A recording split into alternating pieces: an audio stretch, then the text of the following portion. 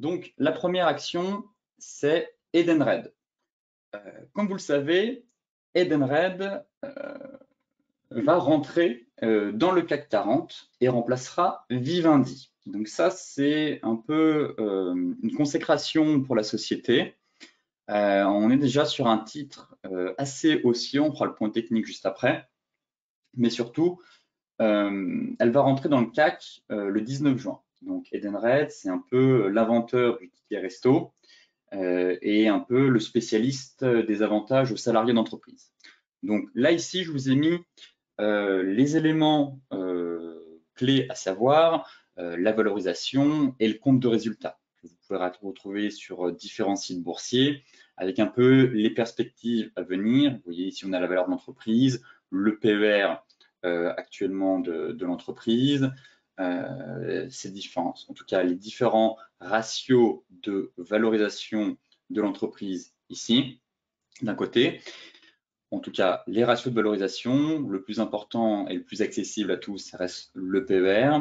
Et de l'autre côté, le compte de résultat et les prévisions à venir pour les prochaines années. Donc, globalement, on a une entreprise assez solide. Si on décortique un peu voilà, le BTA, les résultats nets, les cash flows qui versent aussi un dividende et le bénéfice net par action. Donc, des données croissantes, une entreprise solide, selon moi, en tout cas. Et derrière, ça se répercute automatiquement sur le cours de bourse. On va tout de suite le voir. Donc là, je voulais déjà dans un premier temps vous partager un peu les données financières qui sont plutôt correctes et qui montrent, j'ai envie de dire, une entreprise en bonne santé. Ce qui explique pourquoi cette société va rentrer dans le CAC 40 le 19 juin pour remplacer Vivendi.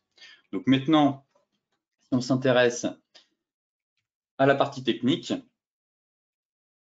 je repasse donc sur le graphique.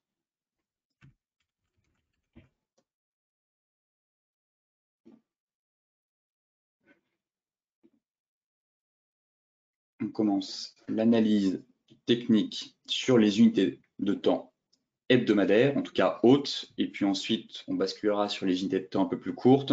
On va faire hebdomadaire et daily. Donc on voit qu'on a quand même une société voilà, qui se porte plutôt bien depuis pas mal de temps maintenant. On a eu une grosse consolidation depuis le Covid au sein d'un triangle symétrique. Donc en fait, on a un triangle dans un triangle. On a un gros triangle ici, je vais même démarrer en mensuel. Voilà, il est un peu plus propre. Voilà. Donc ici, on a quand même eu un très beau triangle de consolidation qui a duré quasiment 2 ans. Donc, grosse consolidation haussière pendant 2 ans à l'intérieur d'une figure de continuation de tendance. Et ici, on a eu la cassure par le haut en octobre 2022. Et donc, durant l'année 2022, en tout cas, on avait quand même ce titre qui était toujours haussier, sachant que c'était un peu un bain de sang sur les marchés. Le Nasdaq a quand même perdu quasiment 35%, le S&P 25%, le CAC a perdu, il me semble, entre 10 et 12% en 2022, et Edenred a quand même plutôt bien résisté. Et c'est l'un des titres, d'ailleurs, qui affiche une des meilleures performances actuellement depuis le début de l'année.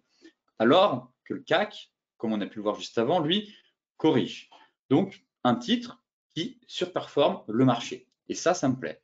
Très clairement, des valeurs comme ça, c'est ce que vous devez chercher quand on a un indice qui bat un peu de l'aile, qui a un peu du pont dans l'aile, qui est un peu mou et qu'on a des titres qui continuent de grimper. Bah ça, ce sont exactement les titres qu'il faut rechercher et dans lesquels il faut se positionner actuellement. Donc, bien évidemment, je ne dis pas de se positionner là maintenant tout de suite sur un top de marché. L'idéal, ce serait d'attendre un peu une correction. Mais graphiquement, c'est beau. On a une sortie de triangle par le haut qui a été validée au mois d'octobre. Donc derrière, si vous mesurez un peu l'objectif théorique et que vous le reportez à la sortie, il y a du potentiel. Donc ça, c'est intéressant. On n'a pas atteint un top, on n'a pas atteint un objectif théorique, comme on dit en analyse technique. Si on mesure très rapidement, hop, ce premier mouvement, ça nous donne un objectif théorique aux alentours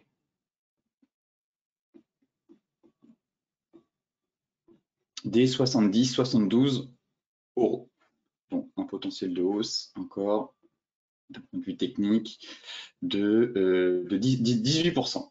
Donc, ce qui est quand même plutôt correct, voire même excellent, je trouve, au vu de la difficulté, j'ai envie de dire, des marchés, et surtout qu'on voit qu'il y a très peu de titres qui performent, qui tirent les indices vers le haut, et que derrière, tout le reste ne fait pas grand-chose. Donc, l'investisseur, s'il ne s'est pas positionné sur les bonnes valeurs dès le début de l'année, c'est compliqué pour lui de générer la performance sur les autres valeurs. Donc ça fait partie très clairement des quelques titres qui sortent du lot et qui affichent une performance tout à fait honorable depuis le début de l'année.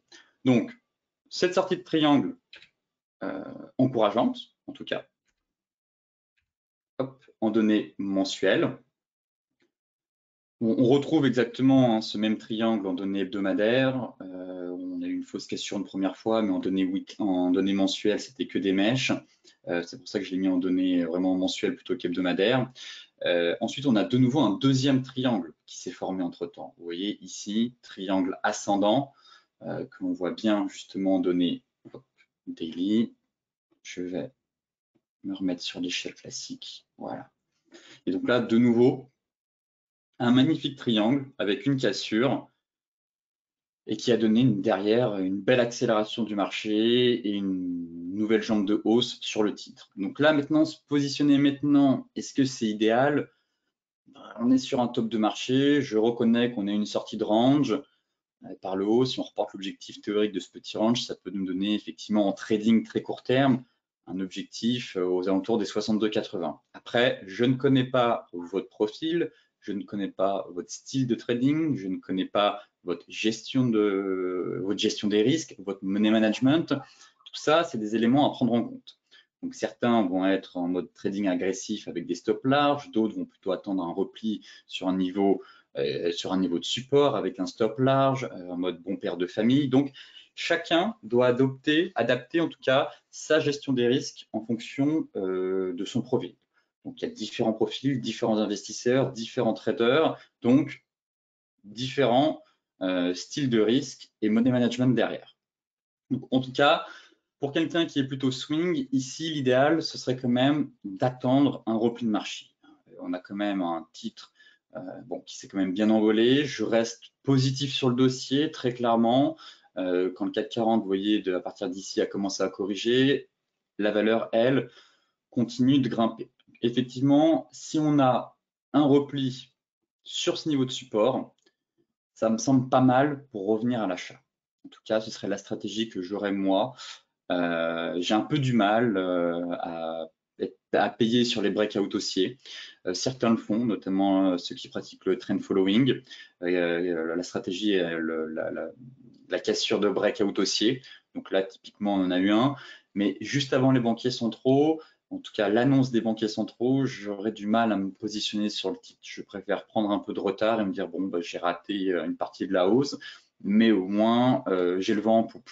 Plutôt que me dire, bon, je me précipite, je paye ici, derrière, annonce pas terrible, correction sur le titre, et me dire, mince, si j'avais été un peu patient, finalement, j'aurais pu attraper le titre sur un niveau de support convergent. Vous voyez, donc là, on a cette belle zone de support aux alentours des 59,50, 59,10 avec l'AMM50 qui remonte doucement. Donc voilà, en tout cas, un titre qui m'intéresse en trend following, à moyen long terme même, avec l'intégration dans le CAC. Et puis, deuxièmement, se montrer un peu plus prudent, parce qu'on a un peu, si vous voulez, des titres, une fois qu'ils rentrent dans le CAC 40, au début, qui sont un peu malmenés par les investisseurs.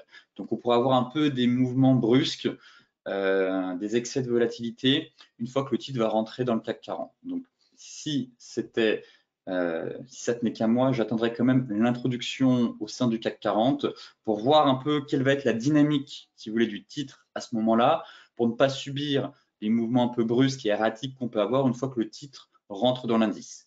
Si entre-temps, le titre revient sur ce niveau de support et que vous avez des signaux pour rentrer, eh bien, allez-y. Après, encore une fois, en fonction des différents triangles qu'on a eu, même lui, si je reporte l'objectif théorique, j'ai regardé, l'objectif théorique n'a pas été atteint.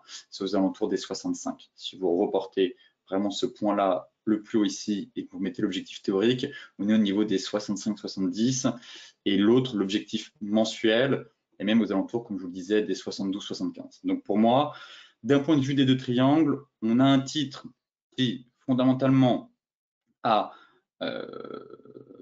une bonne santé, en tout cas, des ratios de valorisation très intéressants, corrects, pas indécents, des perspectives plutôt bonnes, donc un titre en bonne santé qui se voit derrière graphiquement et techniquement, on a deux triangles, un triangle mensuel, un triangle hebdomadaire qui confirme des objectifs théoriques un peu plus hauts. Maintenant, voilà, l'idéal, ce serait pour moi d'essayer d'avoir un repli sur un niveau clé pour se positionner sur cette valeur. Après, à vous de voir où est-ce que vous placez vos stops, quelle est votre durée d'investissement, si c'est du trading très court terme, du swing trading ou de l'investissement à moyen long terme. Là-dessus, chacun est libre d'adapter ses risques et son money management en fonction de son profil. Donc ça, c'est pour le premier titre, Edenred, qui est en tendance haussière depuis le début de l'année.